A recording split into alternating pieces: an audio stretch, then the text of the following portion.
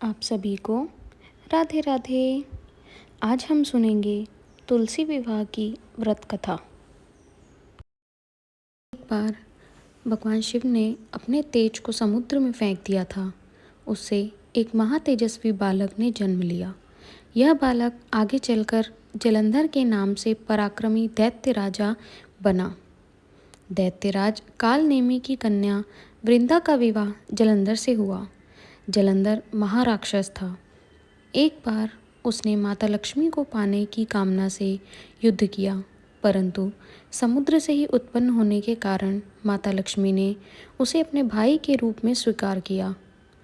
वहाँ से पराजित होकर वह देवी पार्वती को पाने की लालसा से कैलाश पर्वत पर गया।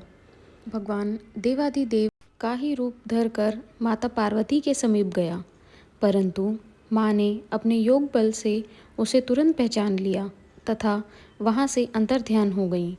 देवी पार्वती ने क्रोध होकर सारा वृत्तांत भगवान विष्णु को सुनाया। जलंधर की पत्नी वृंदा अत्यंत पवित्र स्त्री थी। उसी के पतिव्रत धर्म की शक्ति से जलंधर ना तो मारा जाता था और न ही पराजित होता था। इसलिए जलंधर को नाश करने के लिए वृंदा के पतिव्रत धर्म को भंग करना बहुत आवश्यक था।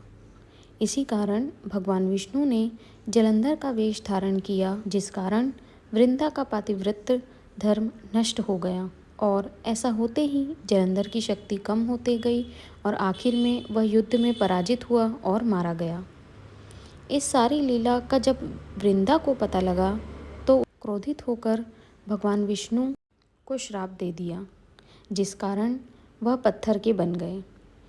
सृष्टि के पालनहर्ता के पत्थर बन जाने से ब्रह्मांड में असंतुलन की स्थिति हो गई। यह देखकर देवी देवताओं ने वृंदा से प्रार्थना की। उसने भगवान विष्णु को श्राप से मुक्त किया और स्वयं आत्मदाह कर लिया।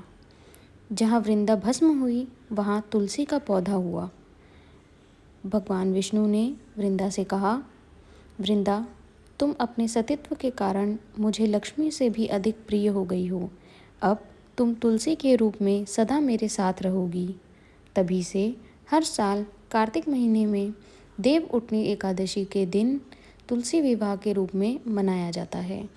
जो भी मनुष्य शालिग्राम के रूप के साथ तुलसी का विवाह कराते हैं उसे लोक परलोक में विपुल यश प्राप्त होता है और जिन भी लोगों के विवाह में विलंब हो रहा हो उन्हें यह विवाह अवश्य करवाना चाहिए। ऐसा करने से उनके विवाह शीघ्र हो जाते हैं। साथ ही साथ वैवाहिक जीवन में भी सुख संपत्ति बनी रहती है।